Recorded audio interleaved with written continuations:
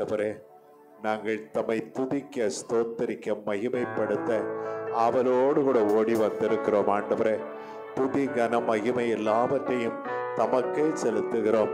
தேவரீர் எங்கள் மத்தியிலே பிரசன்னமாகி ஒவ்வொருவருடைய தேவைகளை நீர் சந்திக்கிறதற்காய் ஸ்தோத்திரம். மனம் உடைந்து போய் வருகிற பிள்ளைகள் உண்டு ஆண்டவரே, ஏக்கத்தோடு வருகிற பிள்ளைகள் உண்டு. ஒவ்வொருவரையும் அவரவர்களுக்கு தேவையான நன்மையினால் நீர் நிறைத்தள்ளுவீராக.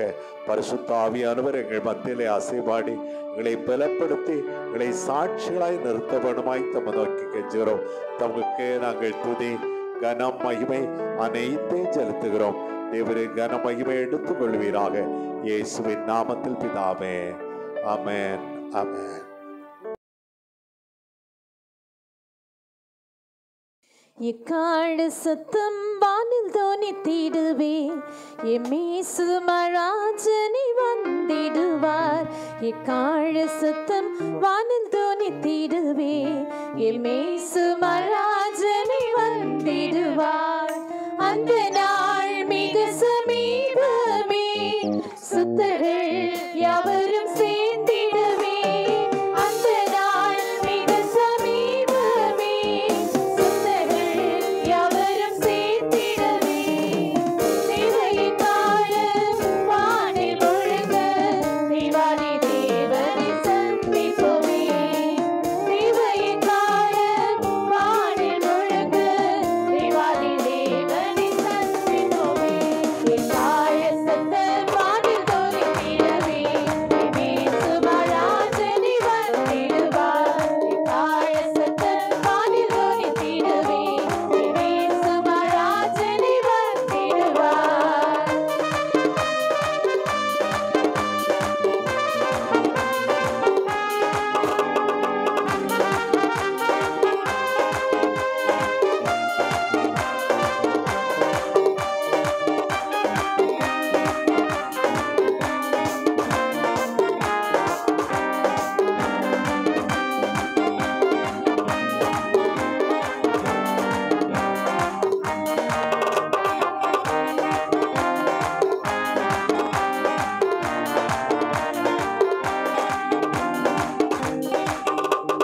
வானமும் பூமியும் மாறிடினும், வல்லவர் வாக்குதான் மாறிடாதே. வானமும் பூமியும் மாறிடினும், வல்லவர் வாக்குதான் மாறிடாதே. தேவதூதர் பாடல் துணிக்க, தேவன் அவரை சந்திப்போமே. தேவதூதர் பாடல் துணிக்க, தேவன் அவரை சந்திப்போமே. தாய சத்தம் வானில் தோனித்திடவே, இயேசு மராஜனி வந்திடுவார்.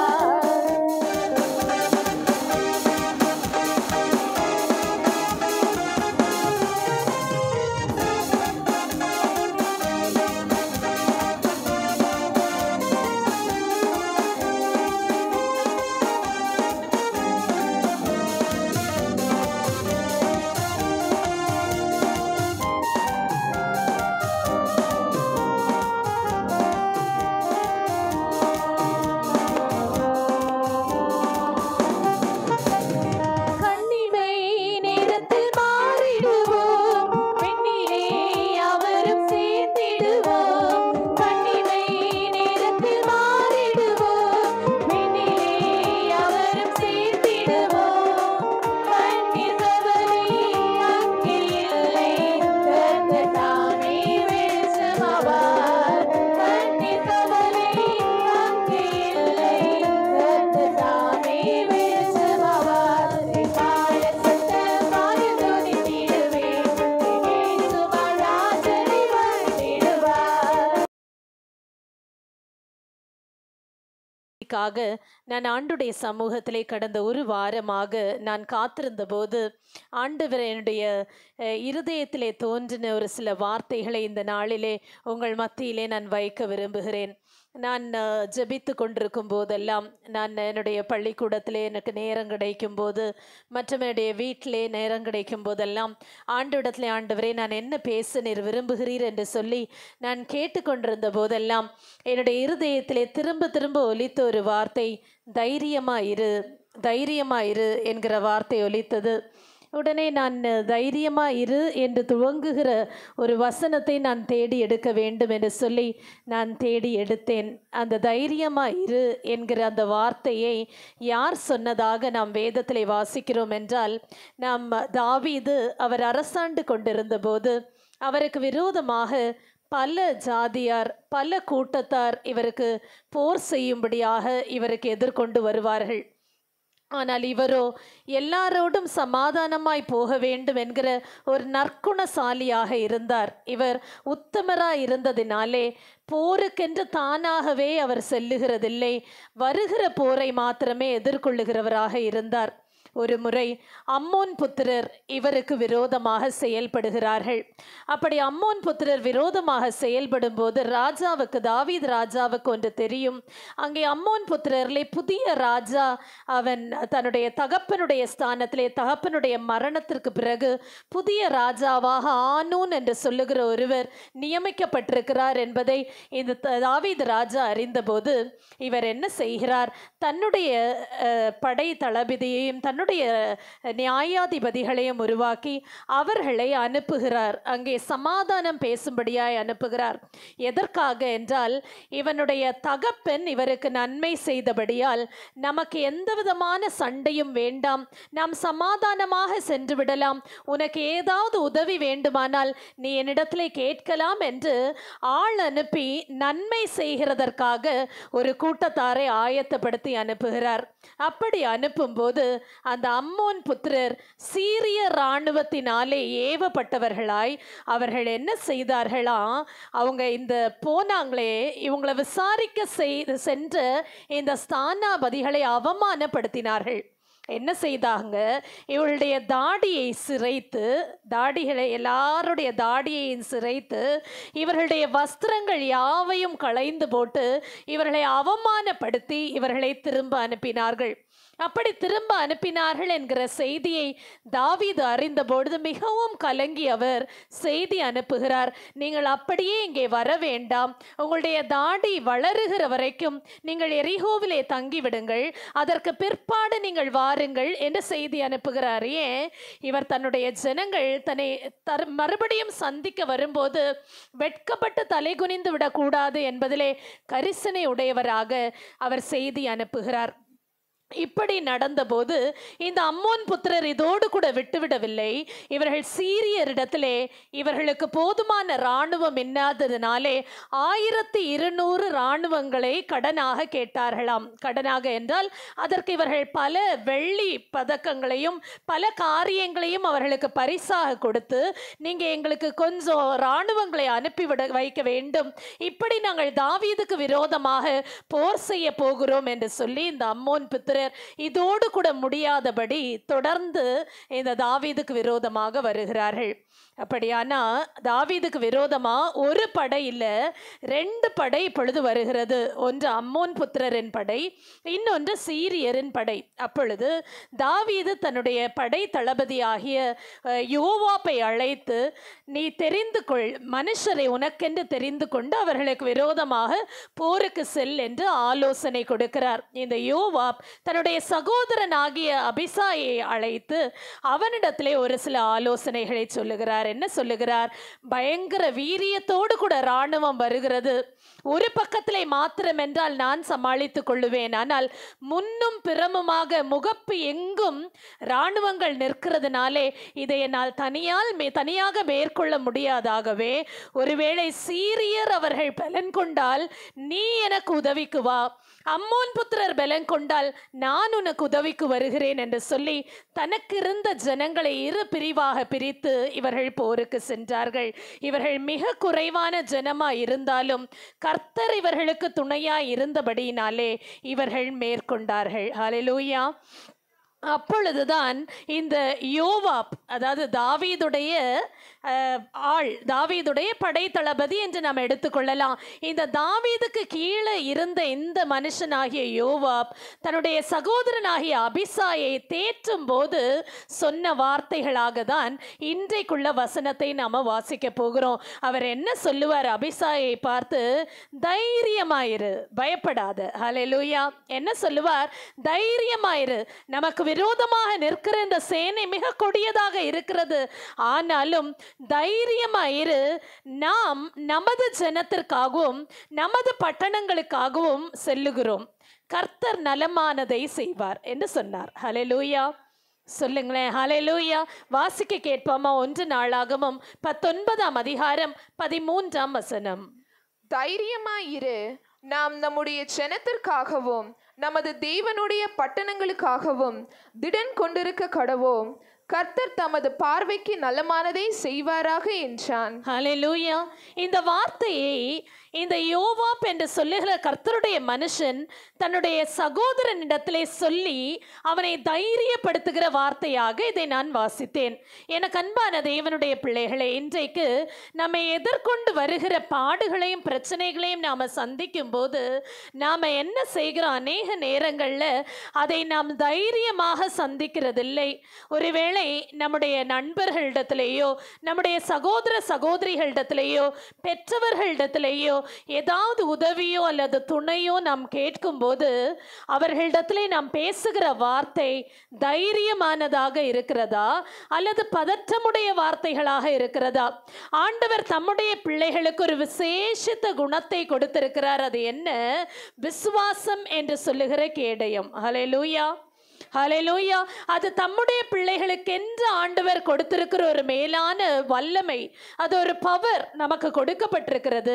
அந்த பவர் நம்மிடத்தில் இருக்குமானால், அந்த தைரியம் நம்மிடத்தில் இருக்குமானா, நம்மோடு கூட துணை செய்கிற ஒரு மனுஷனையோ அல்லது நமக்கு உதவி செய்கிற ஒரு மனுஷனை பார்த்து நம்ம சொல்ல முடியும், தைரியமா இருக்கலாம். ஹல்லேலூயா. நாம எதிர்கொண்டு போகிற பிரச்சனை வீரியத்தோடு பெரிய பிரச்சனையா தான் இருக்கு. ஆனா ஒண்ணு நமக்கு தெரியும், கர்த்தர் நமக்கு துணை செய்து நலமானதை செய்வார். கரங்களை உயர்த்தி ஒரு அல்லேலூயா சொல்லுங்களேன். அல்லேலூயா. உங்களுக்கு அந்த தைரியம் இருக்குமானா இனி வருகிற யாதொரு போராட்டங்களையும் தைரியமாக மேற்கொள்ளுங்கள். அது பிரச்சனையாக இருக்கலாம், வீட்டில் இருக்கிற போராட்டங்களாக இருக்கலாம், அல்லது நோயின் கொடிய வேதனையாக இருக்கலாம், அல்லது கடன் பிரச்சனைகளாக இருக்கலாம். என்னவா வேணும்னாலும் இருக்கட்டும், கர்த்தர் நம்மோடு கூட துணை இருப்பார். ஆனால் ஆண்டவர் நம்மோடு கூட இருக்கிறார் என்கிற தைரியம் நமக்கு இருக்குமானால் நமக்கு இன்னொரு தைரியமும் இருக்கும், ஆண்டவர் எனக்கு நல்லதை தான் செய்வார் என்கிற தைரியம். ஹல்லேலூயா. அந்த தைரியம் இந்த யோவாப்புக்கு இருந்ததுனால தான் அவங்களால சிறிய கூட்டமாக இருந்தாலும் பெரிய கூட்டமாகி அம்மோன் புத்திரரையும் சீரியரையும் வீழ்த்த முடிந்தது. இவர்கள் அப்படி செய்ததுனால அதுக்கு பிறகு இந்த அம்மோன் புத்திரர் சீரியரை எதற்கு கூப்பிட்டாலும் அவங்க வரவே மாட்டாங்களாம். தாவீதுக்கு விரோதமாக சீரியரை துணைக்கு இந்த அம்மோன் புத்திரர் கூப்பிடுறதுக்கு அவங்க எப்பவுமே வரமாட்டேன்னு சொல்லிட்டாங்களாம். ஹல்லேலூயா, ஹல்லேலூயா. என் அன்பு தேவனுடைய பிள்ளைகளே, இன்னைக்கு நீங்கள் ஒருவேளை தனித்து நிற்கிற இந்த சூழ்நிலையிலே எனக்கு யார் உண்டு என்று நீங்கள் சொல்லி கொண்டிருக்கிற இந்த நிலையிலே உங்களோடு கூட ஒருங்கிய இணையுள்ள ஒரு இருதயமுடைய உங்களுடைய நண்பனையோ அல்லது உங்களுடைய சகோதரனையோ சகோதரியையோ உங்களோடு கூட சேர்த்து கொண்டு நீங்க தைரியமான வார்த்தை பேச வேண்டும் என்று ஆண்டவர் விரும்புகிறார். ஹல்லேலூயா. தைரியமா இருப்போம். இந்த குறிப்பிட்ட காரியத்துல நாம புறப்பட்டு செல்லுவோம், ஆண்டவர் நலமானதை செய்வார் என்று சொல்லுங்க. ஹல்லேலூயா. இதற்கு இணையான ஒரு சம்பவத்தை நம்ம யோசபாத் செய்கிறதாக கூட நம்ம வாசிக்க முடியும். 2 நாளாகவும் 19ஆம் அதிகாரத்திலே அந்த சம்பவத்தை நம்ம வாசிக்கிறோம். யோசபாத் தன்னுடைய கீழே இருக்கிற நியாயாதிபதிகளை நியமித்த பிறகு இந்த நியாயாதிபதிகளை பார்த்து ஒரு ஆலோசனை சொல்லுகிறார். நான் அசுத்தங்களை எல்லாம் அகற்றி விட்டேன், தேசத்திலே விக்கிரக தோப்புகள் எல்லாவற்றையும் நான் களைந்து போக பண்ணினேன். ஜனங்கள் யாவரையும் கர்த்தருக்கு நேராக நான் திருப்பி விட்டேன். ஆகவே நியாயாதிபதிகளாய் நிறுவப்பட்டிருக்கிற நீங்கள் ஜாக்கிரதையுடையவர்களாக கர்த்தருக்கு பயந்து நீங்கள் நடந்து கொள்ளுங்கள், கர்த்தர் உங்களுக்கு துணையாயிருப்பார் என்று தனக்கு கீழே இருக்கிற ஒரு கூட்டத்தாரை பார்த்து சொல்லுகிறார். ஹல்லேலூயா. அந்த வசனத்தை தான் நாம் 2 நாளாகவும் 19ஆம் அதிகாரம் 11ஆம் வசனத்துல வாசிக்க முடியும். வாசிக்க கேட்போம். இதோ ஆசாரியனாகிய அமரியா கர்த்தருக்கடுத்த எல்லா நியாயத்திலும் இஸ்மவேலின் குமாரனாகிய செபதியா என்னும் யூத வம்சத்தின் தலைவன் ராஜாவுக்கு அடுத்த எல்லா நியாயத்திலும் உங்களுக்கு மேலான நியாயாதிபதிகள் லேவியரும் உங்கள் கைக்குள் உத்தியோகியஸ்தராயிருக்கிறார்கள். நீங்கள் திடமனதாயிருந்து காரியங்களை நடத்துங்கள், உத்தமனுக்கு கர்த்தர் துணை என்றான். ஹல்லேலூயா. இப்படி இவர்களுக்கு ஒரு சில பொறுப்புகளை கொடுத்துவிட்டு இந்த யோசபாத் என்ன சொல்லுகிறார்? நீங்கள் திட மனதா இருந்து காரியங்களை நடத்துங்கள், உத்தமனுக்கு கர்த்தர் துணை என்று சொன்னார். ஹல்லேலூயா, ஹல்லேலூயா. என் அன்பு தேவனுடைய பிள்ளைகளை, நம்மிடத்துல குறைவாய் இருக்கிறது என்னன்னா திட மனது குறைவாய் இருக்கிறது. ஆகவேதான் ஆண்டவர் இன்றைக்கு உங்களை பார்த்து சொல்லுகிற ஒரு மிக முக்கியமான வார்த்தை, தைரியமாயிருங்க. எதுக்கு பயப்படுறீங்க?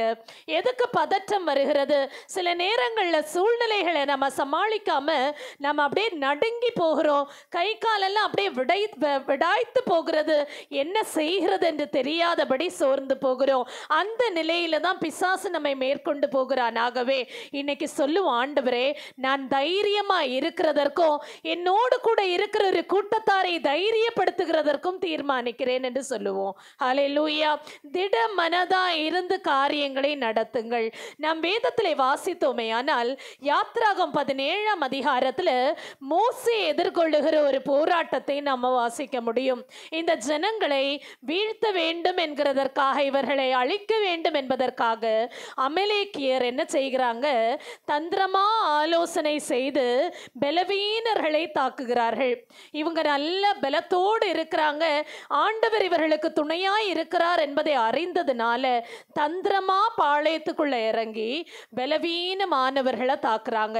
பலவீனமானவர்களை தாக்கின போது இந்த மோசே தன்னுடைய ஜனங்களை பார்த்து அவர் சொல்லுகிறார், தைரியமா இருங்க, பயப்படாதீங்க, தைரியமா இருங்க, திடமனதா இருங்க என்று சொல்லிவிட்டு தனக்கு இணையான ஒரு கூட்டத்தை அவர் தெரிந்து கொள்ளுகிறார்.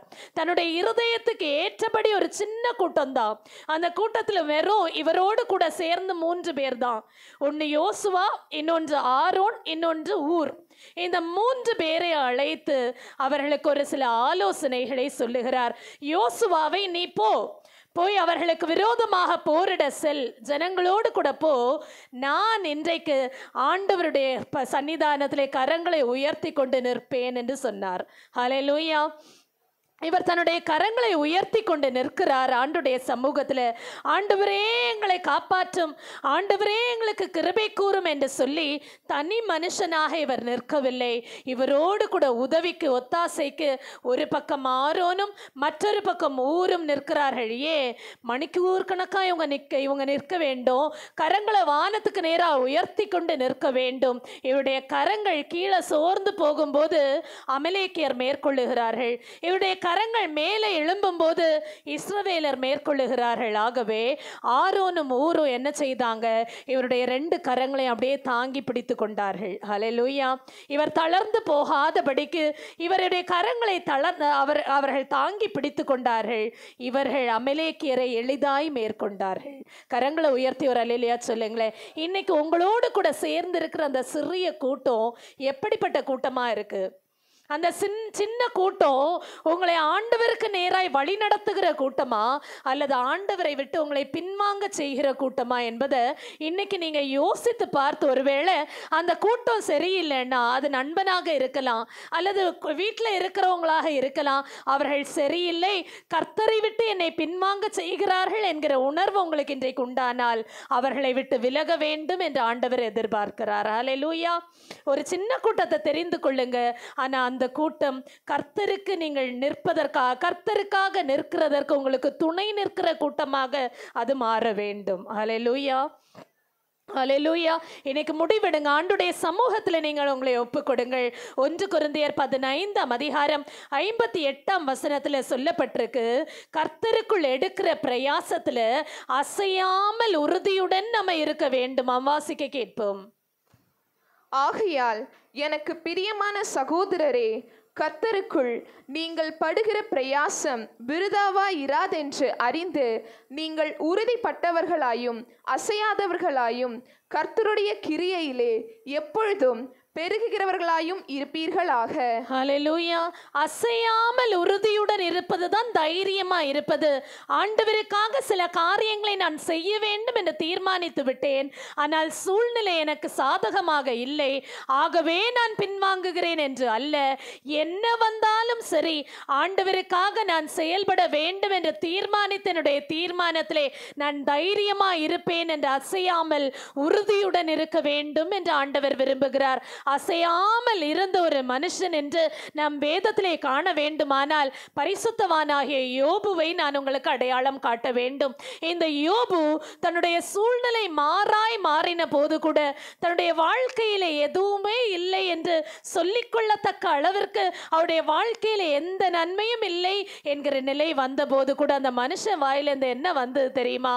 அவர் என்னை கொன்று போட்டாலும் அவர் மேல் நம்பிக்கையாயிருப்பேன். ஹல்லேலூயா. ஹல்லேலூயா. அந்த அசைவில்லாத உறுதி நமக்கு எத்தனை பேருக்கு இருக்கு இன்னைக்கு? கொஞ்சம் யோசித்து பாருங்க. அவருடைய உடல்ல முழுக்க புண், அவரால் ஜீவிக்கவே முடியாது என்கிற நிலை. ஆனால் அந்த நிலையிலே தான் அவர் சொல்லுகிறார், அவர் என்னை கொன்று போட்டாலும் நான் அவர் மேல் நம்பிக்கையாயிருப்பேன். அதை தான் நாம் யோபு 13ஆம் அதிகாரம் 15ஆம் வசனத்திலே வாசிக்கிறோம். வாசிப்போம். அவர் என்னை கொன்று போட்டாலும் அவர் மேல் நம்பிக்கையாயிருப்பேன், ஆனாலும் என் வழிகளை அவருக்கு முன்பாக ரூபகாரம் பண்ணுவேன். ஹல்லேலூயா. என்னுடைய வழிகளை அவருக்கு முன்பாக நான் ரூபகாரம் பண்ணுவேன், நான் சீர்படுத்துவேன். ஒருவேளை எந்த இடத்திலே நான் தவறினேன் என்பதை நான் உணர்ந்து அசையாமல் உறுதியுடன் நான் இருப்பேன் என்று இந்த பரிசுத்தவான் சொல்லுகிறது போல இன்னைக்கு சபையாரிலே இருக்கிற பரிசுத்தவான்கள் எத்தனை பேர் சொல்ல முடியும்? என்னுடைய இந்த குறிப்பிட்ட காரியத்திலே ஆண்டவருக்கென்று நான் எடுத்த தீர்மானத்திலே நான் அசையாமல் உறுதியுடன் செயல்படுவேன். ஹல்லேலூயா. ஹல்லேலூயா. எலியா தீர்க்கதரிசி தனக்கு விரோதமாக நிற்கிற மிகப்பெரிய கூட்டத்தை பார்த்து தனி நபராய் நின்று கொண்டு சவால் விடுகிறார். என்ன சொல்லுகிறார்? வரச்சொல், அவருடைய பாகால் தீர்க்கதரிசிகள் அத்தனை பேரையும் வரச்சொல், இன்னும் யார் யார் விக்கிரக தோப்புகளுக்கு தீர்க்கதரிசிகளோ அத்தனை பேரையும் வரச்சொல், அவர்களுக்கு முன்பாக என் தேவன் நீதியுள்ளவர், என் தேவன் உண்மையுள்ளவர் என்பதை நான் நிரூபிப்பேன் என்று உறுதியுடன் நிற்கிற எலியா தீர்க்கதரிசிகள் இன்னைக்கு எத்தனை பேர் இன்னைக்கு சபையில் இருக்கிறோம்? கொஞ்சம் யோசித்து பாருங்க.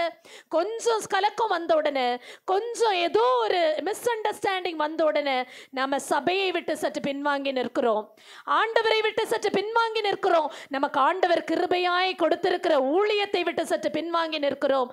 ஆண்டவர் இன்னைக்கு நம்மை பார்த்து கேட்பார், ஆனால் நம்முடைய பதில் என்னவாக இருக்கும்? ஹல்லேலூயா. ஹல்லேலூயா.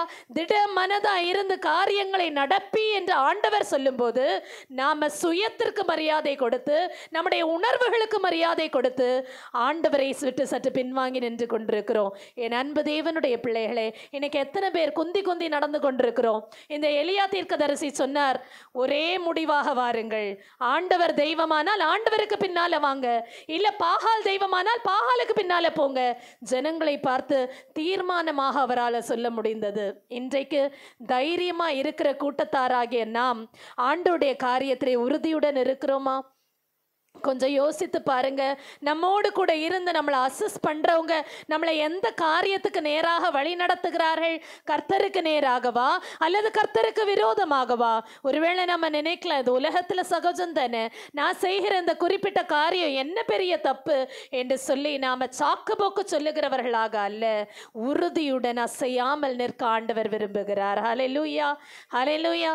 தைரியமா இரு. அடுத்ததாக, தைரியமா இருந்து காரியங்களை செய், கர்த்தர் நலமானதை செய்வார். கர்த்தர் என்ன செய்வார்?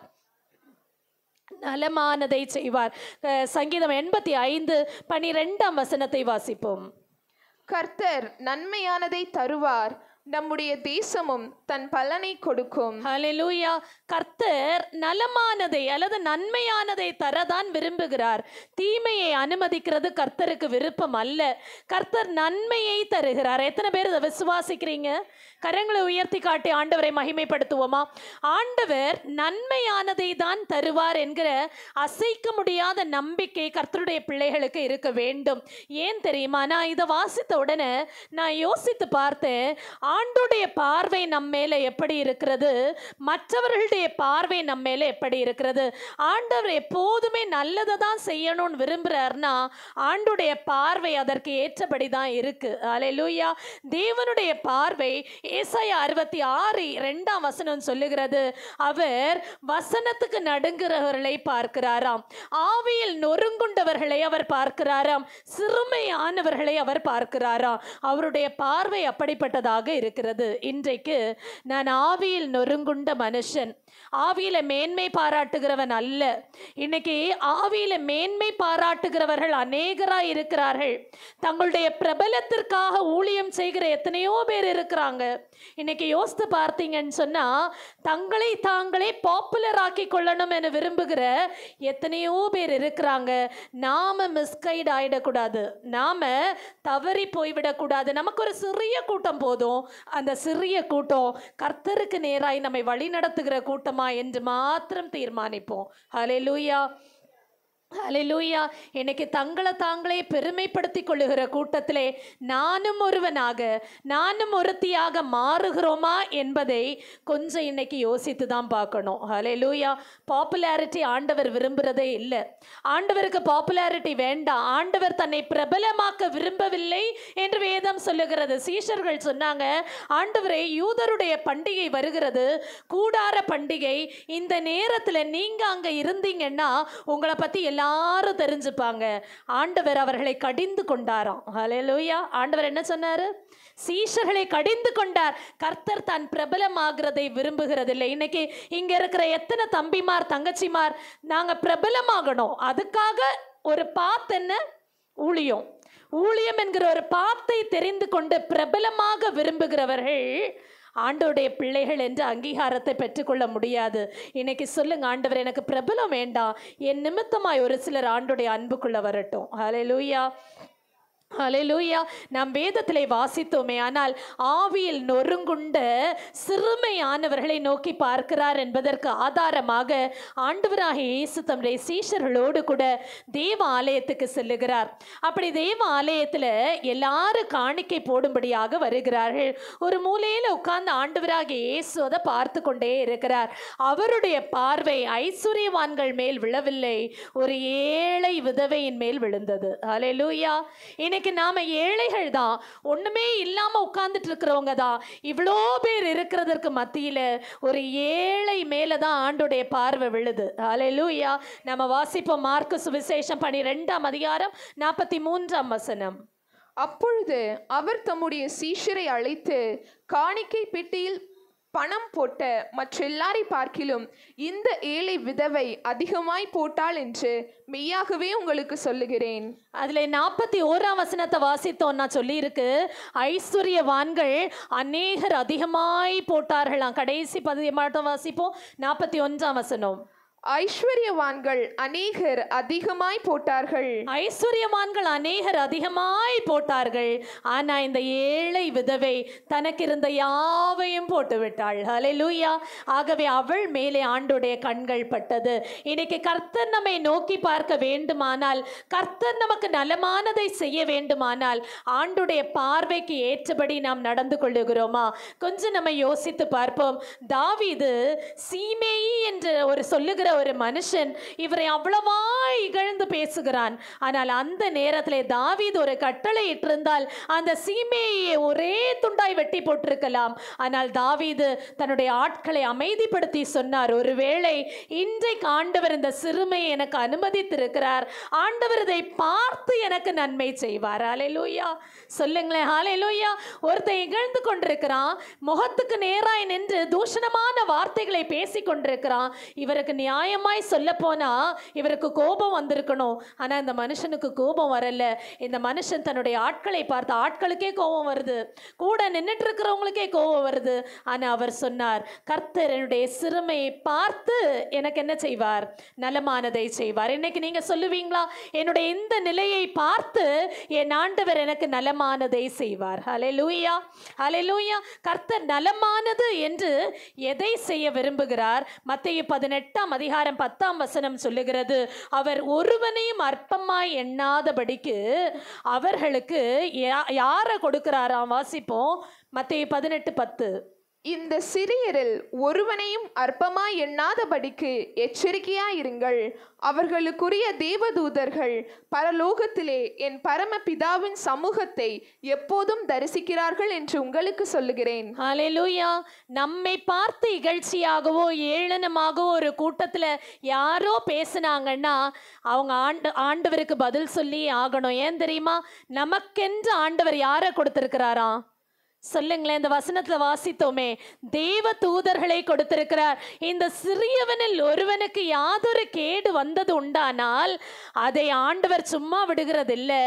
ஆண்டவர் தன்னுடைய தேவ தூதர்கள், அவர் அனுப்பி இருக்கிற நமக்கென்று நிறுவப்பட்டிருக்கிற தேவ தூதர்கள் பரலோகத்தில் இருக்கிற பரம பிதாவிண்டத்துல மன்றாடிட்டே இருப்பாங்களாம். என் பிள்ளைய தூஷிச்சுட்டாங்கப்பா, உங்க பிள்ளைய தூஷிச்சுட்டாங்க, நீங்க இறங்கி அற்புதம் செய்யுங்க, நீங்க இறங்கி நலமானதை செய்யுங்க என்று சொல்லி தேவ தூதர்கள் நமக்காக பரிந்து பேசிக்கொண்டே இருப்பாங்களாம். ஹல்லேலூயா. ஆனா நாம நிறைய நேரங்களில் நம்முடைய தேவ தூதர்களை தூங்க விட்டுடுறோம். பரிந்து பேசுகிறதற்கு அவங்கள தூண்டி விடுகிறது இல்லை, நம்ம தூங்க வைத்து கொண்டிருக்கிறோம். என்ன பண்றோம்? நாமளும் தூங்குறோம், அவங்களையும் தூங்க விடுறோம். ஹல்லேலூயா. சொல்லுங்களேன். ஹல்லேலூயா. என் அன்பு தேவனுடைய பிள்ளைகளை இன்றைக்கு சொல்லுங்க, எனக்கென்று கொடுக்கப்பட்டிருக்கிற தேவ தூதர்கள் எனக்காக பரிந்து பேசுகிறதற்கு நான் இன்றைக்கு ஆவியிலே நொறுங்கினவனாக ஆண்டவருக்கு நேராக தைரியமா இருக்க விரும்புகிறேன் என்று சொல்லுங்க. தானியேலுக்கு விரோதமாக சிங்கங்கள் நின்றது. தானியேலுக்கு விரோதமாக சிங்கங்களை காட்டிலும் கொடிய ஜனங்கள் அவரை கொல்ல வேண்டும் என்று வகை தேடி நின்றார்கள். ஆனா ஒன்னும் பலிக்கல்ல. ஹல்லேலூயா.